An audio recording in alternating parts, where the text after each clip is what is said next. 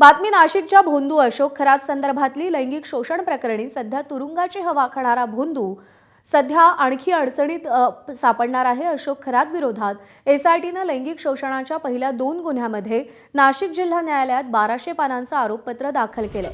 पहिल्या गुन्ह्यात 750 तर दुसऱ्या गुन्ह्यामध्ये 450 पानं असं एकूण 1200 पानांची चार्जशीट दाखल करण्यात आली आहे। विशेष पथकाकडून नाशिक न्यायालयामध्ये हे दोषारोपपत्र दाखल करण्यात आले। उर्वरित गुन्ह्यातील दोषारोपपत्र लवकरच दाखल केलं जाईल।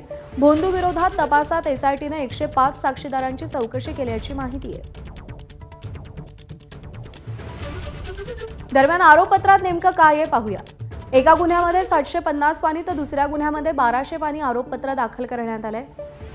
सलग 49 दिवस चौकशी आणि 105 साक्षीदारांचे जबाब नोंदवण्यात आले। खरातच्या घरी, कार्यालयात, फार्म हाऊसवर छापे टाकण्यात आले। इलेक्ट्रॉनिक पुरावे आणि कागदपत्र जप्त करण्यात आली। ईशानेश्वर मंदिर परिसरातल्या खरातच्या हातचलाखीचा आरोपपत्रामध्ये उल्लेख आहे। दैवी शक्ती असल्याचं भासवत भाविकांना मृत्यूचं भय दाखवत लैंगिक अत्याचार करण्यात आले आणि लाखोंची फसवणूकही केली। बोगस खडे, चिंचोके, रुद्राक्ष विकून पूजेच्या नावाखाली आर्थिक फसवणूक केली। पीडित महिलांना बदनामीची धमकी देऊन त्यांच्यावर लैंगिक अत्याचार केले। सराफा व्यावसायिक डॉक्टरसह अनेकांची या प्रकरणी चौकशी झाली आहे।